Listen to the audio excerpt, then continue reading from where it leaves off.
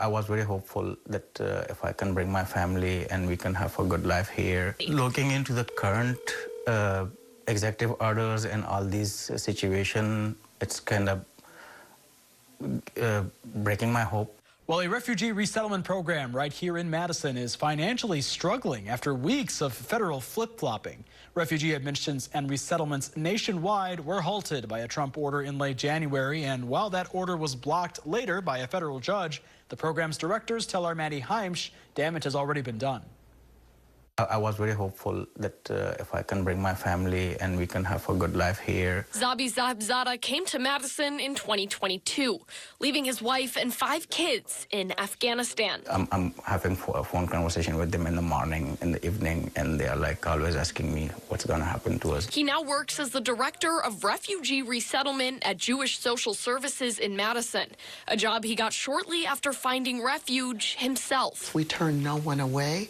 We don't charge fees for our services. Kai Yale Gardner-Mishlove is the director at JSS, serving around 600 refugees like Zabi each year. Those services include cultural acclimation and orientation, referral to services such as public benefits, housing, employment, education. But in late January, an executive order froze the funding for those supports. How are we going to support families that we may have settled 2 weeks prior to the executive order, meaning that they're already here and we're responsible? And while that order was later blocked by a federal judge, the effects of the stop work orders, unfulfilled reimbursements, and proposed 90-day admission bans remain largely in place. It also meant that families that we also had already received or who were already here, there's a high likelihood that they would not be reunited with family members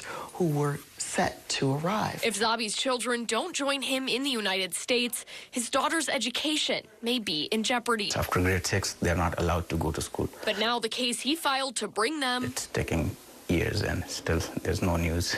Yeah. So I'm just struggling with that part. For now, like thousands of refugees nationwide, Zabi holds on to those daily phone calls with his family. Looking into the current executive orders and all these situations, it's kind of